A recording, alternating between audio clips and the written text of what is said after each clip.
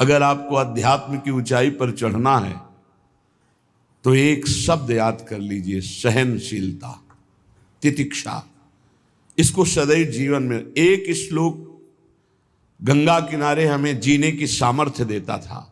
जब कभी हमें प्रतिकूलता दुख प्राय मिलते ही थे तो ये श्लोक, यम ही न व्यथ्यन्ते ते पुरुषम पुरुषर्षभ सम दुखा सुखाधीरम स्व अमृतत्वाय कल्पते। वो अमृत पद का अधिकारी हो जाता है जो आए हुए सारी व्यथाओं को, दुखों को मौन होकर सह लेता है, वो भगवान को प्राप्त होता है। जहां कोई कष्ट होता, बस यम ही न व्यथ्यन्ते ते पुरुषम पुरुषर्षभ सम दुखा सुखाधीरम स्वमृतत्वाय कल्पते। हमें सहना है, हमें भगवत प्राप्ति करनी। अरे छोड़ो, इसने मारा, इसका कर्म जाने, सहो, चलो आगे, चलो आगे बढ़ो।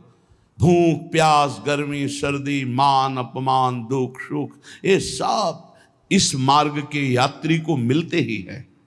और जो इसको सह गया वो जगत पावन करने वाला महात्मा बन जाता है। वो मम भक्ति युक्तो भुवनम पुनात, लोक के लोक को पावन कर सकता है जो भगवान के चरणारविंद में अपने चित्त को अर्पित कर दिया। इसलिए दुखैर्हृदयत्, चाहे जितना दुख पड़े प्यारे, किसी से मत कहो, किसी से मत, चुपचाप मौन होके सह जाओ। तुम्हारा स्वामी विधान करके तुम्हें दुख भेजा है तो बहुत बड़ा उसमें कोई सुख है।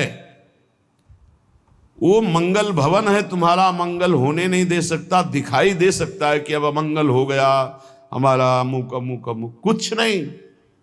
धैर्य पूर्वक अपने मार्ग में सीधे चलते रहो। उसका विधान आया है, वो दुखद हो या सुखद, सुखद है तो हर्षित मत हो, दुखद है तो शोकित मत हो, आगे बढ़ो। देखो ये अध्यात्म है, ये कमर कस लो कि इस जन्म में मुझे इस भव समुद्र से पार होना ही है। ये जो कमजोर दिल के होते हैं ना, अनुकूलता जहां मिली तो बोले जब से हमने भक्ति शुरू की सब काम चकाचक बन रहे। ये भक्ति का फल नहीं है, भूल मत करना। ये तुम्हारे सुकृत चल रहे हैं इसलिए है। और जिस दिन दुष्कृत का फल आएगा उस दिन भक्ति करते हुए भी कदम रखना मुश्किल हो जाएगा, पग पग पर तुम्हें दुख मिलेगा। ये सिद्धांत को समझ लीजिए तो कभी आप निराश नहीं होंगे, शूरवीर होकर आगे बढ़ते रहेंगे। जो हमारी भक्ति ये नई फसल है और इस फसल की जो आनंद वृत्ति है वो भगवदानंद है, ज्ञानानंद है, अखंडानंद है, प्रेमानंद है। वो ये भोगानंद नहीं है, विषयानंद नहीं कि भगवान की बड़ी कृपा जो चाहो वो भोग मिल गए। ये सुकृतों के फल है। ये सुकृत और दुष्कृत दोनों को यही नष्ट कर दो और निकल चलो भगवान की परम धाम में, जहां नित्य सेवा सुख का आनंद सहचरियां ले रही है। श्रीपाद कह रहे संतर्जयस ताड़यन, कोई मुझे बहुत डांटे भर्त्सना करे और ताड़यन पिटाई भी कर दे, मुझे कुछ कभी शिकायत नहीं करनी प्रभु से। देख रहे हैं ना, वो उन्होंने विधान किया है ना कि इसको पीटो, तो हम चुपचाप पीट लेंगे, किसी से नहीं कहना। रहीमन मन की मन व्यथा रखिए मन में गोए, सुनिठ ले हैं लोग सब बांटने। इसीलिए असंगो हम, असंग किससे कहें अपने दुख सुख की बात। अपना दिल तो दिलवर को दे दिया, जो बीते सो दिल तो उनके पास है, वो तो जाने दुख सुख की बात, हम क्या जाने। हम तो बस आपके हैं। मौन, अपने विषय में न सुख की बात करे न दुख की। मौन बात करे तो प्रभु की करे, नहीं तो मौन। मान लीजिए अगर ये मौन आप धारण कर लेंगे तो निकल जाएंगे माया से, नहीं तो किसी की निंदा कर देंगे, किसी का ऐसा कटु वचन बोल देंगे, परुख वचन बोल देंगे, भजन छीण हो जाएगा, भजन करने की वृत्ति नष्ट हो जाएगी। सैकड़ों लोगों के प्रश्न है कि पहले भजन अच्छा होता था अब नहीं होता। उसमें दो बातें होती है, एक तो भजन की ऐसी भूख बढ़ गई है कि अब उतने भजन से नहीं और भजन होना चाहिए। ये उत्तम महापुरुषों की कृपा पात्र भक्तों की वृत्ति होती है। और एक होता है कि आपसे वैष्णव अपराध बन गया, कुसंग हो गया, इस कारण से ऐसा। अगर आपके हृदय में कोई दोष वृत्ति नहीं हो, फिर भजन में ऐसा लगता है कि मेरे से बहुत कम भजन होता है, वैसा भजन नहीं होता जैसा होना। ऐसा बड़े बड़े महापुरुषों को भी अनुभव होता है। ये कोई निंदनीय बात नहीं है, वंदनीय बात है। पर वास्तविक यदि भजन नहीं हो रहा है, वास्तविक यदि आपका रुक गया है आनंद, तो आप ढूंढ लीजिए, आपका भोजन गलत है, आपका संग गलत है, आपने कोई वैष्णव निंदा की है, बस यही कारण है। यही खोज लेना, यही सुधार कर लेना, किसी से क्षमा याचना की जरूरत नहीं। अंदर देखो और आचार्य गुरु से प्रार्थना करो, सब ठीक हो जाएगा। बड़े कृपालु हैं, जिन्होंने अपराधी मुझ जैसे को घसीटा तो अब अपराध बन जाएगा, तो थोड़ी छोड़ देंगे वो। विश्वास कीजिए, उन्हीं से प्रार्थना कीजिए, नाथ यदि आपको अपराध मोचन कराना है तो भेज दीजिए मुझे उसके पास, या उसको बुला दीजिए, मैं पैर पकड़ लूँ, हाथ जोड़ लूँ यदि अपराध बन गया है, और यदि आप चाहें तो आप क्षमा कर दें, आगे से सावधान रहेंगे। बड़े कृपालु हैं प्रभु, क्षमा कर देते। भजन की वृत्ति को रुकना ये सहन मत कीजिए। समय नहीं है कि आज नहीं तो कल भजन चल पड़ेगा, नहीं, तुरंत वाचिक में आ जाइए, तुरंत वाणियों का गायन कीजिए, नाम कीर्तन कीजिए, और ढूंढिए अपराध क्या बना जो आंतरिक हमारा भजन रुक गया, और प्रभु से प्रार्थना करके उसको चलवाइए। वो बड़े कृपालु है, क्षमा कर देंगे। अगर आपने प्रगट में किसी का अपराध किया और वो उपस्थित हो तो जाओ, उनके चरण पकड़ो, उनसे प्रार्थना करो। भजन का रुकना सहन मत करो। बहुत कठिन है भजन करके भगवत प्राप्ति करना। वो हमारे अंदर सरलता पूर्वक भजन चल रहा है, उसको बचाओ। किसी की निंदा मत करना, किसी की अवहेलना मत करना। तुम्हारी कोई निंदा करे, तुम्हारी अवहेलना करे, सह जाना, कह रहे हैं इसमें, कह रहे संतर्जय ताड़यन बंधनन। यदि वो कहीं मुझे बांध दें, मैं बंधना में स्वीकार कर लूंगा। ऐसा भक्तों को कोई बांधता है क्या? हाँ, बांध देते हैं। तितिक्ष ब्राह्मण की कथा में पढ़िए, उसको बांध दिया। एक सखी बहुत भजनानंदी थी, उसके परिवार के लोग रोज उसे पीटते थे और उसे बांध देते थे। सखूबाई नाम उसका सखी का था। एक सखी बहुत नागरीदास जी के संग में रहकर भजन की वृत्ति उच्च कोटि की सीखी थी, भागमती बाई। उनके पति ही उनके ऊपर सैया लगाकर नवीन रानी के साथ बैठते हुए ऐसा पिटाई करते, इतना कष्ट देते, पर वो उच्च कोटि की ऐसी महान वक्ता, परम सिद्ध बरसाने के जो वास करने वाले अपने नागरीदास जी थे, हरिवंश महाप्रभु के शरणागत, उनके सत्संग से ऐसी उच्च कोटि की दशा प्राप्त हुई, उसे कोई फर्क नहीं पड़ा। उसके कष्ट देने के लिए उसके ऊपर सैया लगाते, राजा थे, और नवीन रानी के साथ उसके ऊपर बैठते, उपद्रव करते, मारते, पीटते, लेकिन वो सम रहती। संतर्जय ताड़यन बंधनन, शांत। वो देख रहा है, बस तुमको यही सोचना, वो देख रहा है, मेरा स्वामी देख रहा है। वो देखते हुए मौन है ना, वो चाह रहा है ना, तो तेरा किया मीठा लगे। बस बात समझ लो, इतना तो बहुत बड़ी वस्तु प्राप्त होगी, बहुत बड़ी। एक मिट्टी जब कुम्हार को अर्पित हो जाती है तो पीट पीट कर एक छोटा राई भर भी दाना नहीं रहने देता, क्योंकि राई भर भी अगर दाना रहा वहीं से मटकी फूट जाएगी, राई भर भी अहंकार रहा वहीं से भक्ति रस निकल जाएगा। पीट पीट के उसको एकदम बराबर, फिर भी चैन नहीं, जल डाल के रौंदा, फिर भी चैन नहीं, हाथों से मल कर अपने अनुसार बनाया, फिर चाक पे चढ़ाया, जो चाहा आकार दिया, सूर्य के ताप में तपाया, फिर उसको दहकते हुए आवे के बीच में रख के पकाया, फिर उसमें रस रखने लायक क्षमता आ गई उस मिट्टी में। ऐसे ही हम जब संत महापुरुषों को, श्री भगवान को समर्पित होते हैं तो ये सब होगा। रस रखने लायक हृदय तभी होता है जब आवे में तपता है, इसलिए तैयार रहो। तभी नागरीदास जी ने कहा, बड़ो ही कठिन है भजन ढिग डरिबो। एक सूरवीर योद्धा की तरह जैसे उसके अंग घाव से युक्त होते हैं, वो कदम पीछे नहीं आगे ही बढ़ाता है, ऐसे भजनानंदी चाहिए। चाहे मुझे चोर कहा जाए, पतित कहा जाए, गाली दिया जाए, मुझे मारा जाए, बांध लिया जाए, तो भी मैं भगवान पर दोषारोपण नहीं करूंगा। मैं यही निश्चय करूंगा, प्रभु मेरे देख रहे हैं, जोई जोई प्यारो करे सोई मोई भावे, उनका विधान परम मंगलमय है। अंतः क्लेश मतीव दुस्सह तरम प्राप्नोति नाना विधि। मुझे अंदर से भी बहुत पीड़ा दी जाए, काम पीड़ा, क्रोध पीड़ा, लोग बाहर से तो ये दिया जाए और अंदर से भी ये दिया जाए, तो भी हे प्रिया जो आपसे नहीं कहूंगा। प्रेम में कभी शिकवा शिकायत नहीं होती, ना इष्ट से और अपने प्रीतम के विधान से दिए हुए कष्ट को हम दूसरे से कह दें? धिक्कार है हमारी प्रीति को। प्रीतम सहावे और मैं दूसरे से शिकायत करूं? नहीं, हर विधान आपका सहो। ये प्रेम है मस्ती का, ये लज्जू पंजू ऐसे काम नहीं है इनके। ये तो देखते हैं पैर धर के, अगर गर्म लगा तो हटा लेंगे, मत रखना गर्म ही गर्म है। और छाती मजबूत करके कि आग पे चलूंगा, तो पैर रखोगे तो चंदन हो जाएगा आग में भी। पूरे जीवन की बात कह रहा हूं, पूरे जीवन की। सोचो उस समय जब 13 वर्ष की अवस्था है और घर से निकले थे, कोई साथी नहीं है, कोई समझाने वाला नहीं, और आज इतना जीवन हो गया इसी यार के सहारे हुआ है। इसी यार, ना 1 रुपया कभी था, न रहा है और न रहेगा। प्रेमानंद का 1 रुपया नहीं है, प्रेमानंद की 1 वस्तु नहीं, ना रहा ना रहेगा। हाँ, प्रेमानंद की सब वस्तुएं हैं, ना होते हुए भी पूरा विश्व मेरा। क्यों? प्रेमानंद भगवान का है। भगवदानंद को प्रेमानंद कहते। वही संपत्ति जीवन भर एक ही साथी रहा है। और हे नाथ, ऐसी कृपा करना, अब दूसरा साथी बने ना। अब आओ तो मृत्यु रूप में ही आओ, और किसी रूप में मत आना। साथी हो तो आपका साथ हो। सर्वहरण करने वालों में मैं मृत्यु हूं, बस उस रूप का इंतजार है। आओ उस रूप में और समेट लो अपनी लीला। बस कभी किसी से शिकायत, कभी किसी ने कैसे हो, आनंद है।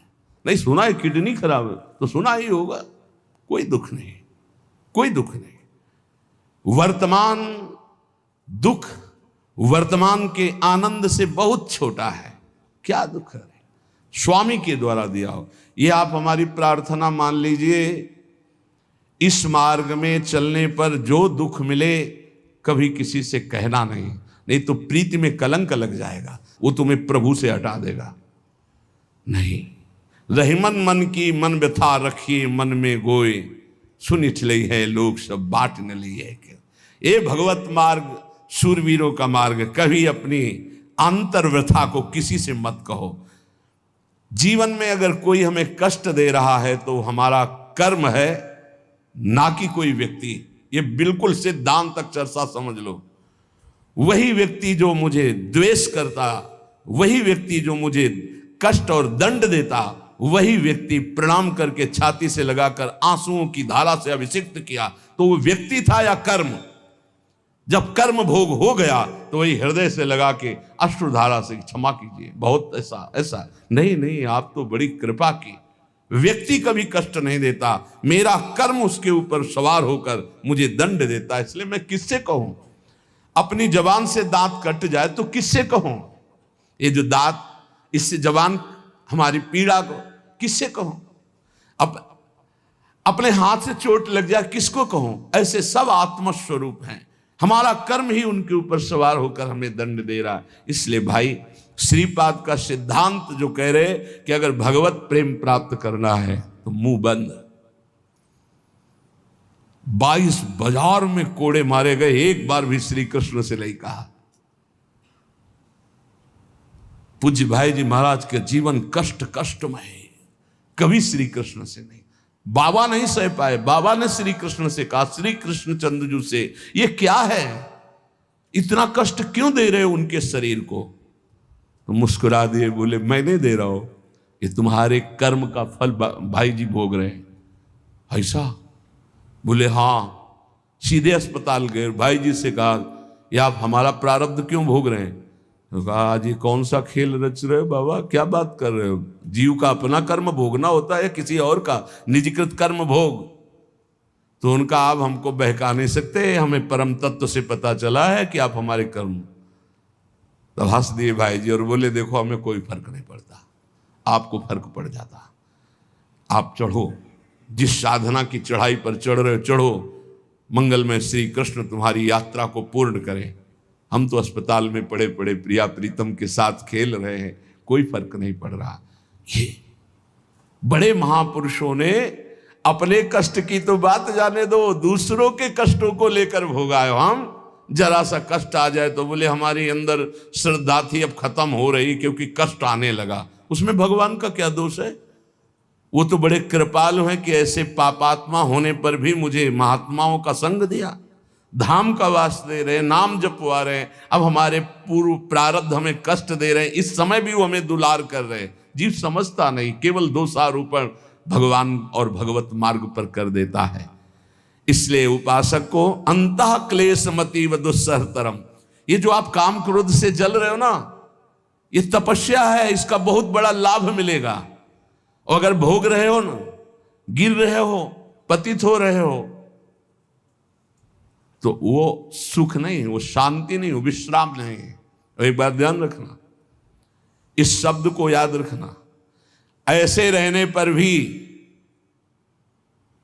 हमारे द्वारा जो भी वो हमारे स्वामी ऐसे लेते हैं, जन अवगुण प्रभु मान न काऊ, दीन बंधु अति मृदुल स्वभाव। कल शाम के पूज्य परमहंस राम मंगलदास जी की वाणी का चिंतन हो रहा था, उसमें कह रहे हैं कि जो 30 मिनट भगवान नाम कीर्तन कर लेता, मेरी बात पर विश्वास रखना हो, उसको भगवत प्राप्ति होगी। 24 घंटे में 30 मिनट नाम कीर्तन कर लेता है और अन्य समय विस्मरण रखता है, तो 30 मिनट का नाम कीर्तन उसे भगवत प्राप्ति करा देगा। तुम्हें जो पाठ प्रिय हो, 30 मिनट पाठ कर लोगे, भगवत प्राप्ति हो जाए, कर लो।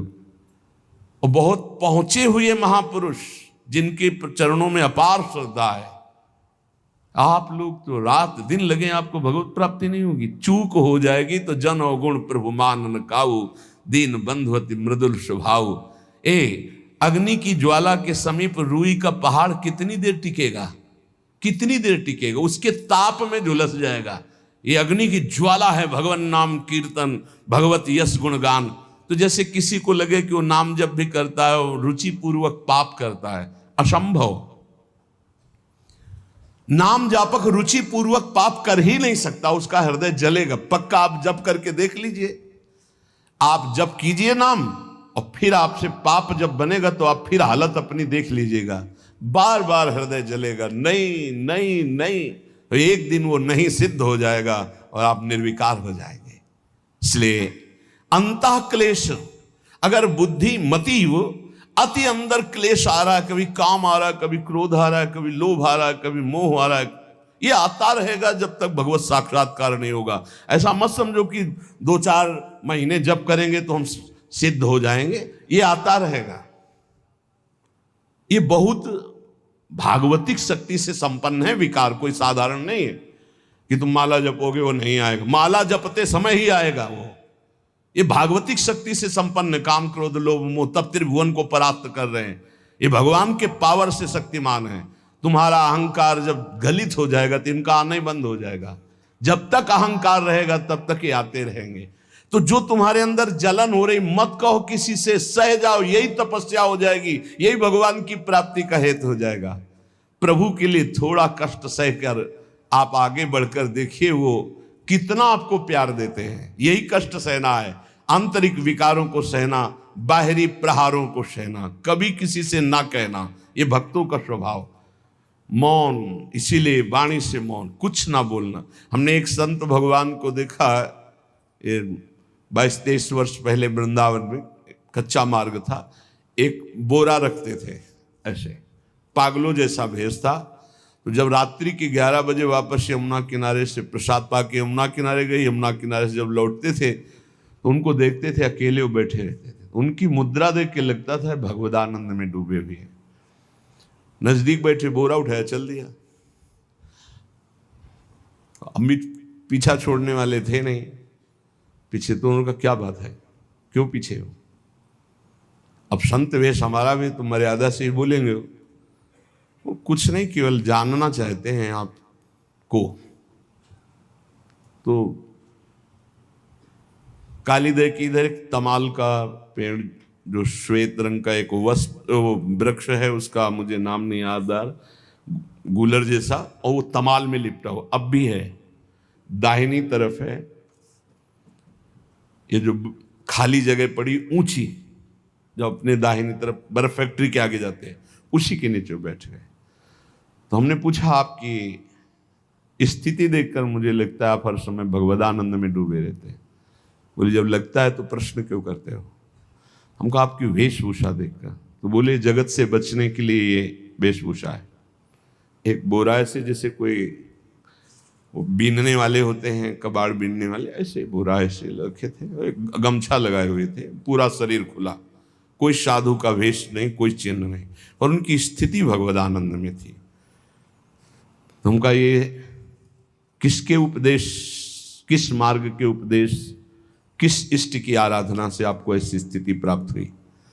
बोले प्रथम पूज्य श्री स्वामी राम सुखदास जी महाराज का सत्संग हुआ, इष्ट देव श्री कृष्ण, इष्ट ग्रंथ गीता, उसी की कृपा से मुझे ऐसा, मैं भारत के हर तीर्थों में वास करता हूँ, भ्रमण करता हूँ, असंग रहता हूँ, और यही वेशभूषा रहती है बड़ा अंदर से। तो भोजन प्रारब्धवशात जो सामने आ जाता है उसे पा लेता हूँ, नहीं आता भूखा रहता हूँ।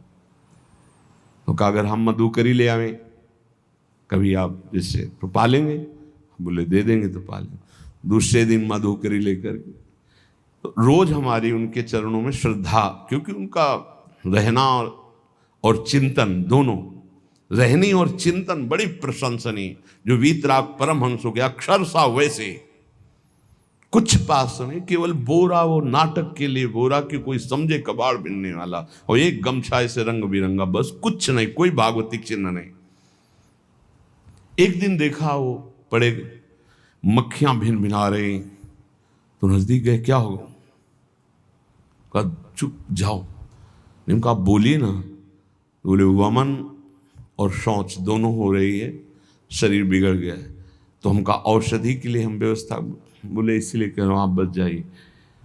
तो हम कहा हमें बता तो दीजिए क्यों नहीं? तो बोले आया हुआ प्रारब्ध है, इसको हंस के भोगना है। ऐसे कोने में साइड में ऐसे पेड़ के किनारे पड़े, 2-4-10 दिन जो भी व्यवस्था उनकी बनी, फिर वो हमको दर्शन नहीं मिले, अन्य तीर्थों में चले गए होंगे। ऐसा महापुरुष, क्या हम अपने शरीर को इतना प्यार करें कि भगवान से श्रद्धा हो जाए, भक्ति मार्ग में हम लड़खड़ा जाएं, फिर सत्संगी किस बात का? ये पक्का समझ लीजिए, ये जो भगवत मार्ग है ये शूरवीरता का मार्ग है, सहन करने का मार्ग है। जितने भी महापुरुषों के चरित्र हैं आप पढ़ करके देख लीजिए, भगवान के चरित्र से भी ज्यादा लाभ भक्त चरित्र सुनने से इसलिए होता है कि हमको लगता है कि हमारे जैसा जन्म लेकर इतना कष्ट सहकर इस ऊंचाई पर पहुंचे, ये बड़ी बात है कि वो जीवत्व से हमारी तरह पैदा होकर ईश्वत्व को जाता है। इसलिए भक्त चरित्र में विशेष बल हमको प्राप्त होता है।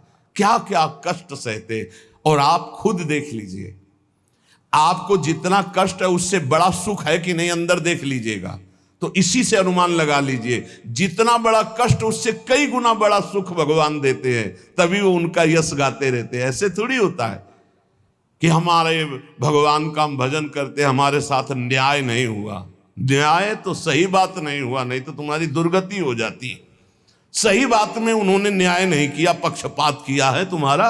अगर वो सही न्याय करते तो ईमानदारी से कहते हैं, केवल नरक के कीड़ा ही बनना पड़ता और कुछ नहीं है। खूब देख लो, डबल चेहरा होता है, एक सामने का चेहरा देख रहे हो और एक एकांत का चेहरा होता है, डबल चेहरा होता है। और भगवान डबल रखो चाहे तिबल, सब देखते हैं। सब हम बैठे हुए देख लो ईमानदारी से वृंदावन की भूमि में, एक चेहरा है जय श्री राधे, और एक चेहरा है जो राक्षस है अंदर बैठा। देख लो, अंदर देख लो, बिल्कुल इस समय सीसी कैमरे में हो, अंदर देख लो, एक राक्षस बैठा है, और उस राक्षस ने जो जो करवाया आप लिखो रजिस्टर में, तुम्हें याद है जितना, और इसके बाद आप न्यायाधीश बनो, फिर आपकी क्या दुर्गति होती उसका। इससे ऐसे होता है, हे प्रभु, तभी त्राहिमाम मचता है, तब उनकी कृपा नजर आती है कि बोले भगवान ने न्याय नहीं किया। हम कहते सच्ची बात तुम कह रहे हो प्यारे, न्याय नहीं किया इसीलिए बचे हुए हो। अगर वो न्याय कर देता, पक्षपात न लेता तुम्हारा, तब तुम्हारे होश उड़ते, चाहे जो कोई हो, अपना रजिस्टर जांच के देख लो। इसलिए कहते हैं कि सबकी जीवनी शुक्ल पक्ष की लिखी जाती है, कृष्ण पक्ष की तो केवल उसी की छाती जानती, दूसरा नहीं। हृदय में जितने विकार, हृदय में जितना अंधकार, हृदय में जितना कूड़ा करकट, वो तो हम जानते हैं कि हमारी स्वामिनी की कृपा ने कितना निर्मल किया है। तब उनकी स्वामिनी जू मुझ जैसे अपराधी के अपराधों का विस्मरण करके आप ऐसी कृपा, तो आपको लगता है कि संतों की एक दैन्य भाषा होती है। नहीं, ईमानदारी से संत कभी झूठ नहीं बोलते। जैसे कह रहे हैं कि मौसम कौन कुटिल खलकामी, तो अंतर ये होता है कि आंख में जैसे थोड़ा पड़े तो बहुत बुरा लगता है, और पीठ में इतना बड़ा तिनका चला जाए तो कुछ समझ में नहीं आता। संतों का हृदय आंख जैसा होता है, थोड़ी सी भी गलती में हाय हाय मच जाता है। धिक्कार है तुम्हारे जीवन को, अपने को तुम क्या समझते हो, क्या है तुम्हारे अंदर विचार। और जो मलिन अंतःकरण वाला था, भारी भारी पाप करके भी उसको पश्चाताप नहीं होता। संत जनों को एक पाप की जरा सी वृत्ति की आभास स्फुरना, वो पूरा पाप नजर आने लगता है उनको, क्योंकि इतना निर्मल हृदय होता है। तो सच्ची कहते हैं कि जैसे घोड़ों की लगाम पकड़े हुए श्री कृष्ण अर्जुन की बैठे हैं, ऐसे अपने भक्तों की लगाम पकड़कर बैठ जाते हैं, तो यात्रा अध्यात्म की ऊंचाई की चलती, किसी की सामर्थ्य नहीं। इसलिए सब भक्त ऐसे तो आपको मिलेंगे। जहां सामर्थ्य की बात है वहां केवल श्री भगवान की कृपा है। इसलिए बाहर की पीड़ा और अंतर की पीड़ा अपने प्रीतम के द्वारा दी हुई मानकर सह जाओ, तो आगे प्रीतम तुम्हारा स्वागत करने के लिए खड़े, पक्का समझ लेना, पक्का। और वो देंगे ये पीड़ा। क्यों देंगे? इसी पीड़ा में पता चलता है कि तुम्हारे मन की सुई किधर जा रही। प्रताप राय जी महाभागवत थे, बड़ा चरित्र है। उनके यहां एक व्यापार चलता था कुल परंपरा से कि आपको अगर रुपए की जरूरत है तो आप अपना स्वर्ण आभूषण या कुछ रख जाइए गिरवी, और रुपया ले जाइए, और ब्याज से तो रुपया दे जाइए, अपने मूल गिरवी ले जाइए जो रख के गए हो। यही उनकी कुल परंपरा से चल। तो उसी के आधार पर वो कुल परंपरागत कर्म कर रहे थे। निरंतर नाम जब भगवत आराधन में मगन। अब नाम जब भगवत आराधना और ईमानदारी से कार्य, तो बड़ा सब खूब धन संपत्ति, बहुत आनंद, और भक्तजनों के खूब भोजन होते, भंडारे होते। तो जो चिढ़ने वाले जलने वाले लोग हैं वो जलते थे कि करता तो ये कुछ है नहीं, खूब जय जय मच रही है चारों तरफ, इसको नष्ट किया जाए। ये किसने बीज बोया? अरे बोले दुष्ट स्वभाव ने। नहीं नहीं नहीं नहीं, भगवान ने। किनको हुस्काया? डंडे को। क्यों? अब झंडा फहराओ मेरे भक्त के यश का।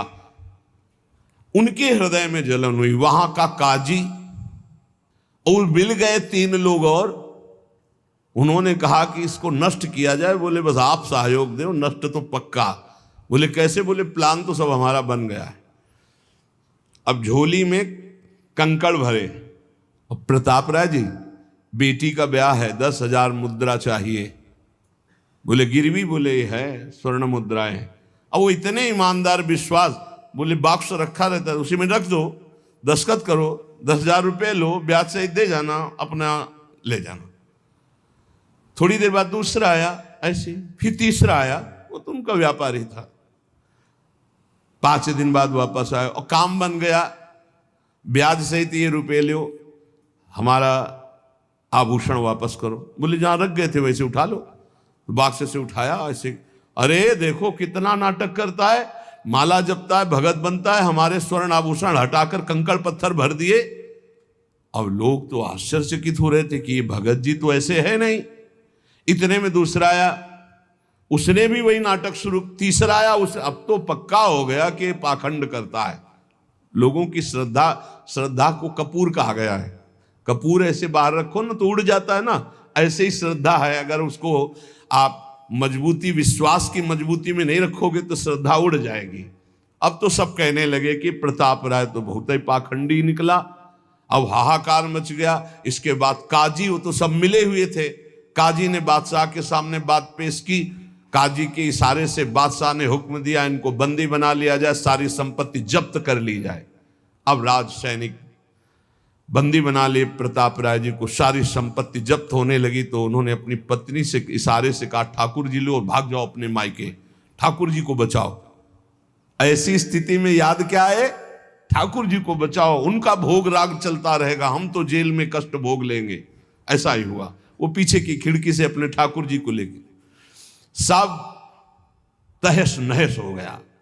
म्लेच्छ सेना साहब नष्ट भ्रष्ट कर दिया, बंदी बनाया, उनको ले गए, जेल में डाल दिया। कुछ लोगों ने कहा कि महाराज अभी ठाकुर जी अष्ट धातु के हैं, बहुत महंगे हैं, उनकी पत्नी इसीलिए लेके भाग गई है। मायके से पत्नी को भी बंदी बनाया, ठाकुर जी को भी संपत्ति के रूप में जब्त किया, और जहां संपत्ति थी वहां गोदाम में ठाकुर जी को ऐसे जैसे संपत्ति डाल दी वैसे डाल दी।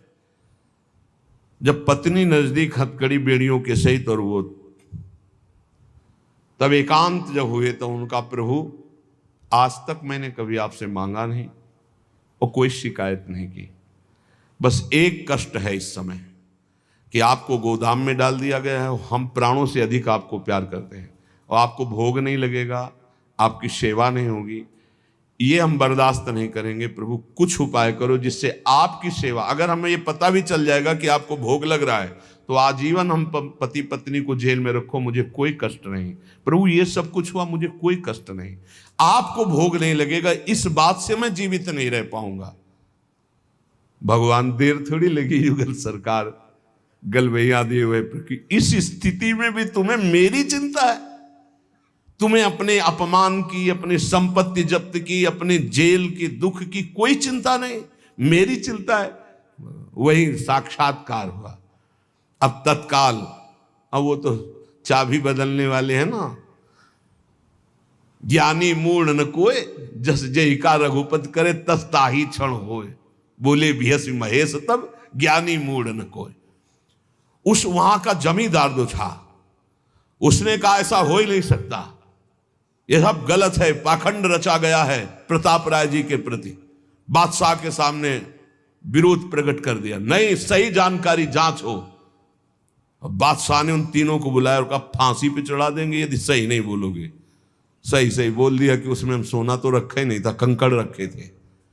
काजी की ये सब बात थी। काजी को दंड दिया गया, तीनों को बंदी बना लिया गया, प्रताप राय जी को पूरा नुकसान सहित सब अर्थ दिया गया और बड़ा सम्मान किया गया। फिर जीवन, ये घटनाएं भक्तों के जीवन में आती है किस लिए? भगवत साक्षात्कार कराने। भगवत साक्षात्कार जेल में प्रताप राय और उनकी पत्नी को हुआ। इसलिए उपासक को कितनी भी परिस्थिति कष्ट की आवे, वो तुम्हारे आनंद का वर्धन करने वाले बनेगी, विश्वास रख लीजिए। बस किसी से सहयोग मत मांगना और किसी को अपनी बात मत कहना। प्रताप राय जी ने किसी से भी नहीं कहा, कुछ भी नहीं बोले, केवल प्रभु से कहा कि आपकी सेवा अगर हमको कान में सुनने को मिल जाएगी कि आपका भोग लग रहा है तो मुझे कोई कष्ट नहीं होगा, लेकिन ये मैं नहीं सह पाऊंगा कि आप गोदाम में ऐसे, क्योंकि मैं जीवन भर आपको दुलार करता रहा हूं प्रभु। अब वही भगवत साक्षात। तुम्हारी सुई कहां जाती है मन की? कष्ट की स्थिति में कोई मित्र, कोई रिश्ते नातेदार, कोई पावर काम आता है या भगवान की तरफ जा? अगर भगवान की तरफ तो जीत गए, और अगर संसार की तरफ ऐसे भी मिलने, आप बिल्कुल फोन कर देना, हम तुम्हें अमर कर देंगे, नहीं फाड़ के फोन नंबर फेंक देना कि हम रखेंगे भी नहीं ऐसा नंबर। जब कोई नंबर नहीं होता तब हरि का नंबर लगता है। जिसके पास किसी का फोन नंबर नहीं होता उसका हरि का नंबर लगता है। ध्यान दे दो, कलयुग है इसीलिए सबके पास नंबर भेज दिया है। सबके पास नंबर है क्योंकि हरि से फोन नहीं कर सकते। हरि का फोन जानते हो कैसा होता है? जब आर्थ होकर अनाथ भाव से असरण कोई नहीं मेरा तब हा नाथ, वो फोन नंबर। भाव से मुझको पुकारे तो भाव से बेड़ा पार है, भाव पूरित टेर ही करती मुझे लाचार है। भाव बिना भगवान आवाजें नहीं सुनते, भाव सुनी पुकार भगवान नहीं सुनते। भाव कब आता है? बाजार में थोड़ी मिलता है। किसी से हमारा संबंध नहीं। ये जीतना है तो ये बातें पकड़ लो सत्संग की। कोई विपत्ति दुख आने पर अगर किसी का नंबर आपको याद आवे कि अगर हमें विपत्ति आएगी तो कौन सा नंबर याद आएगा? बोले अमुक का, उसको डिलीट कर दो। नहीं, अमुक का नंबर नहीं रखेंगे हम, श्री जी का। श्री जी का नंबर क्या है बताया तुम्हें? क्या है? बस कोई नंबर नहीं तो श्री जी का नंबर है। हे लाडली, हे प्रिया जी, कोई है ही नहीं। अब अपना कोई है ही नहीं तो कौन है? सच्ची बताते हैं, एकदम नंबर। 1 घंटी में फोन उठा लिया जाता है, 1 घंटी। गजेंद्र ने जब देखा कि कोई मेरा सहयोगी नहीं, हारी री नहीं पहुंच पाया, काम हो गया। हरि पूरा नहीं कर पाए, काम हो गए। गोविंद यही प्रकट हो गए, वस्त्रावतार। ये नंबर है हरि का। जब तक पांडवों की तरफ, भीष्म की तरफ नंबर नहीं लगा, दांत तक पकड़ा, नंबर नहीं लगा, और जब छोड़ दिया, कहा गोविंद, बस नंबर लग गया। ये है भगवान को पुकारना, ये है भगवान तक आवाज पहुंचाना। कोई हमारा नहीं, यही तो हमारी साधना है। और यहां मां नंबर लिखे चले जा रहे हैं, व्यवहार बनाए चले जा रहे हैं, डायरी बनाए चले जा रहे हैं, इतने नंबर। अरे ये सब क्या करोगे, ये सब नरक पहुंचाएंगे नंबर। एक केवल हो हरि शरणम, बस सब काम बन जाएंगे। बोले नहीं, सहयोग होता है। इससे क्या सहयोग होता है? अगर बात बिगड़ जाए तो अंग रक्षक ही सूट कर देता है, और कौन? अंग रक्षक ही सूट कर देता है। अगर वो चाबी बदल जाए ना तो रक्षक ही भक्षक बन जाता है। किससे रक्षा चाहते हो? जो काल का भी शासन करने वाला है, उससे रक्षा चाहो। देखो सच्ची बात, ये केवल प्रवचन नहीं कर रहे, हृदय की बात कह रहे। मान लीजिए मेरे प्रभु ऐसे है, कोई महान नहीं है, वो जिसको महान करते हैं वही महान हो जाता है प्यारे। ऐसे हाथ हटा ले तो सब हान ही हान है, कोई महान ही नहीं है, महान नहीं। वो हटा ले तो बस उन्हीं से महान है। ये सच्ची कहते हैं, उन्हीं से बहाल है। दबी बात खुल जाए तो असलियत समझ में आ जाए। और वो जानते हैं, और वो जानते हुए हमें नमस्कार करवा रहे, प्रणाम करवा रहे, भोजन दिला। अरे जय बोलो उनकी। हमारे साथ भगवान ने क्या किया? अरे तुमने भगवान के साथ क्या किया? कितनी कृपा की भगवान ने। इतने अपराध का दंड जानते क्या होता है? पूरा जीवन बर्बाद हो जाए। और यहां पूरे जीवन अपराध कर रहे हैं, जीवन आबाद किए हुए हैं ऐसे प्रभु के प्रति। ये हम इसलिए कह रहे हैं, जो कहते हैं ना हमारी भगवान पर श्रद्धा नहीं रह गई, तो तुम्हारे ऊपर हमारी श्रद्धा नहीं रह गई। देखो ना कहां श्रद्धा लायक हो तुम, क्या हो तुम। ये हम असलियत कह रहे हैं। ऊपर से चिकना चुपड़ा, अंदर से सब गंदा होता है। भगवान बचावे, नहीं तो मना खष्टान इंद्रियाणी प्रकृति स्थान कर सती। दुर्गति वाले काम होते हैं, दुर्गति वाले। आप जो भी देख रहे हो केवल कृपा देख रहे हो। अगर वो कृपा हट जाए तो कुछ नहीं देखने लायक किसी में भी। जहां कहीं कुछ भी है वो मति की रति गति भूति भलाई।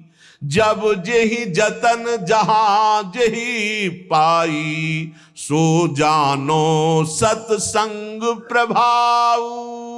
लोक कहूं वेद न आन उपाऊ। इसीलिए हम कहते हैं ये मत कहो मुझे भगवान पे श्रद्धा नहीं रह गई। भगवान की इतनी कृपा है, हम कैसे तुम्हें बताएं। कृपा ही कृपा है कि वो न्याय ठीक से नहीं करते। किनके साथ? एक बार जो कह दे राधा, एक बार हरि, एक बार कृष्ण, तो पक्षपात ले लेते हैं। अगर पक्षपात ना लेते, ठीक से न्याय करते, तो करोड़ों कल्प रो नरक मिलता, फिर भी उद्धार नहीं होता। इसे आचरण सबके अंदर है, देख लो। 15 मिनट के अपराध से जीवन भर आपको भारत की जेल में सड़ना पड़ेगा। वो ऐसे कितने अपराध हैं उनका, जिनको तुम इस कानून से अनुमान लगा सकते हो। वैसे कितने अपराध किए, लेकिन स्वामी ने कभी एक चाटा नहीं लगने दिया, और निकाल करके आपको परम पद की तरफ ले जा रहे। कृपा नहीं दिखाई दे रही? तुम सत्संग, नाम जप, भगवत यश गायन, भगवत लीला, भगवत धाम, ये तुम्हारी साधना का फल है क्या? ये कृपा का फल है। तुम अपने को देखो और कृपा को देखो, तो यही बलिहारी जाएगी कि जासु कृपा नहीं कृपा आघाती। जिनकी कृपा कृपा करने से आघाती ही नहीं है। इसलिए अंतः क्लेशमति दुस्सहतरम प्राप्नोति नाना विधि। नाना विधान से यदि अंतर बाहर कष्ट मिले तो चुपचाप सह जाना। राधा राधा राधा, आगे बढ़ोगे तो भगवत प्राप्ति हो जाएगी।